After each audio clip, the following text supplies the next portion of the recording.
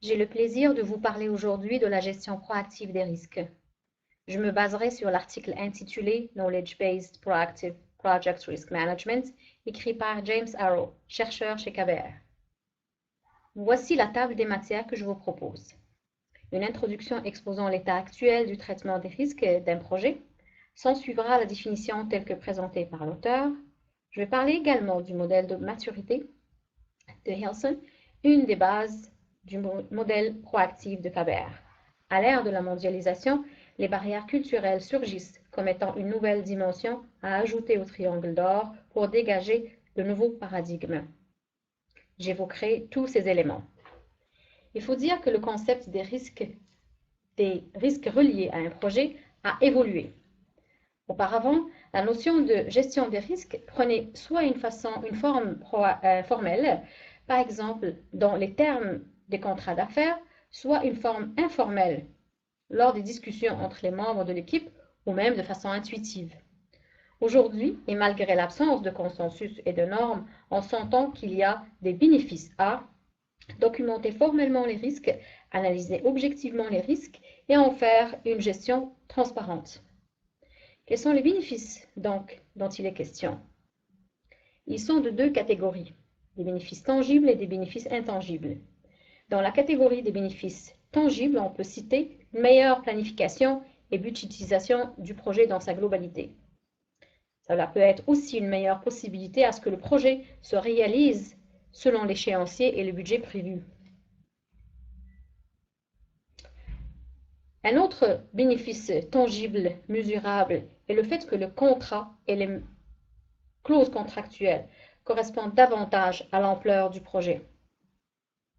En ce qui concerne les bénéfices intangibles, on peut parler d'une amélioration de l'expérience générale du projet, de la communication entre les parties prenantes et les membres de l'équipe.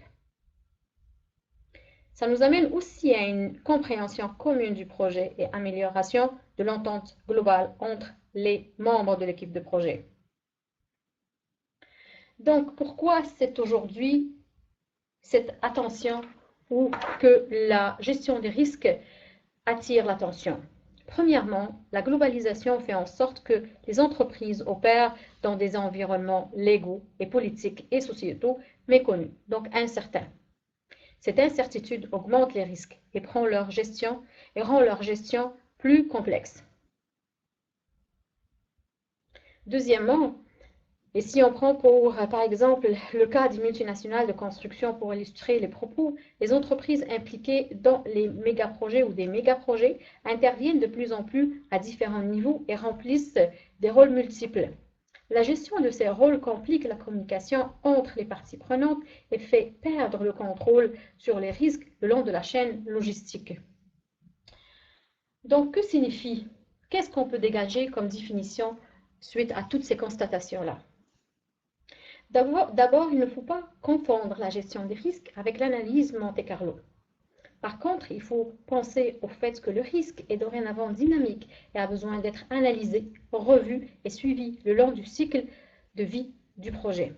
Cette mise à jour continue des risques et des plans de mitigation et la mise à jour des réponses prépensées fait en sorte qu'on est constamment proactif face aux risques qui peuvent menacer la réalisation du projet. Et c'est ce qu'on appelle la gestion proactive des risques de projet. Afin que cette gestion proactive fonctionne bien, quelques principes de base sont nécessaires. Le premier est l'implication de la haute direction. Bien sûr, c'est elle qui donne l'exemple. Le deuxième principe est le fait de penser aux risques et débuter leur gestion le plus tôt possible. Le troisième principe est le fait d'impliquer toutes les parties prenantes. Personne ne sera pris de court ou par surprise par après. Quatrième principe, prendre le temps de mettre à jour les risques. Leur niveau change, ainsi que les solutions qui leur sont attachées. Cinquième principe, le suivi nécessite des actions jusqu'à ce que le niveau devienne acceptable.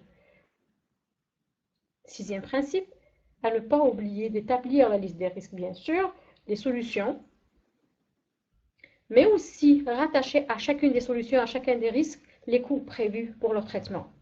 Septième principe, et non le moindre, tenir les communications fluides avec les parties prenantes et les tenir informés de l'évolution des risques.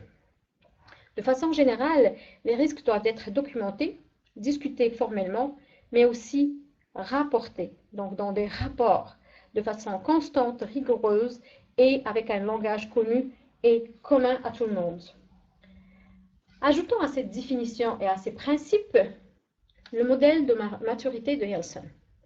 Donc, dans cette quête de normes et de standards, Yeltsin a formulé un modèle en 4 niveaux. Le premier niveau, c'est le niveau naïf. À ce stade-ci, l'entreprise n'est pas consciente du besoin d'une gestion des risques. Deuxième niveau, c'est le niveau novice. L'entreprise ou certaines personnes à l'intérieur de l'entreprise commencent à prendre conscience du besoin, mais rien n'est formel encore. Troisième niveau, c'est la normalisation. Donc, des normes sont en place et la gestion du risque est formalisée à travers les processus d'affaires. Le quatrième niveau, c'est le niveau de gestion proactive. Donc, la gestion proactive est mise en place et touche tous les projets ou presque. Elle devient une seconde nature. Ce qu'il faut comprendre par rapport à ce modèle-là, c'est le fait que arriver au quatrième niveau ne signifie pas qu'on est rendu à maturité puis il n'y a plus rien à faire. Au contraire, le sujet est encore jeune et les recherches scientifiques s'y rattachant sont encore jeunes. Donc, il faut se donner le temps d'évoluer et de s'améliorer au fur et à mesure que les choses avancent. James Arrow a pris tout ce travail-là, résumé donc comme moi je vous résume dans cette brève présentation, mais dans la réalité très colossale, pour proposer un nouveau modèle. Puisque la gestion des risques Pour que la gestion des risques plutôt soit proactive, pour y impliquer la haute direction et les autres parties prenantes, on parle alors d'une gestion stratégique. Les balises stratégiques permettront une meilleure identification des risques, en faire une analyse ciblée et des mesures de mitigation à ce moment-là vont être choisies selon la capacité des ressources possibles et disponibles pour l'entreprise. Le suivi et le contrôle deviennent beaucoup plus facilités. À ne pas oublier que les définitions et les termes à utiliser doivent être partagés et connus de tous, que viser l'implantation de cette façon de faire à tous les projets, même si il faut quand même savoir que certains projets ne nécessiteront pas d'aller aussi loin. Finalement, la dimension culturelle qui n'est pas prise en compte dans le modèle de base de James Arrow est importante à souligner. L'auteur suggère de s'inspirer de d'autres disciplines qui ont réussi à bien prendre en compte les aspects démographiques, tels que le domaine des assurances ou encore la négociation financière. En principe, les utilisateurs finaux, par exemple dans les implantations des nouvelles technologies, doivent être impliqués et s'approprier le projet dès le début des discussions.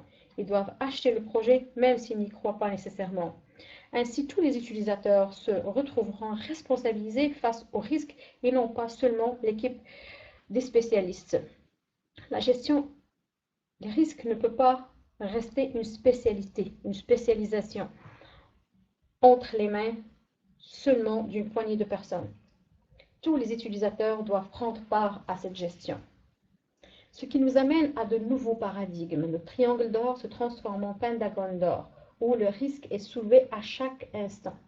L'importance de la sécurité, de la profondeur de chacun, avec laquelle on traite chacun des projets est prise en compte à ce moment-là. Ce paradigme signifie que les équipes de projet sont prêtes à considérer les contraintes de façon stratégique, donc les prioriser, voir leur interactivité les unes aux autres et leur poids sur le déroulement du projet. Ce que l'on retire en travaillant ainsi, ce sont des ressources qui sont gérées en fonction des risques. Ce sont des risques qui sont gérés de façon pragmatique et que tout le monde est responsable face à la gestion des risques et donc chacun a la latitude d'agir lorsque c'est nécessaire de le faire. La gestion des risques fait partie de la culture organisationnelle dorénavant à ce moment-là. C'est ce qui complète ma présentation. J'espère que le sujet vous a plu et j'attends vos questions et commentaires.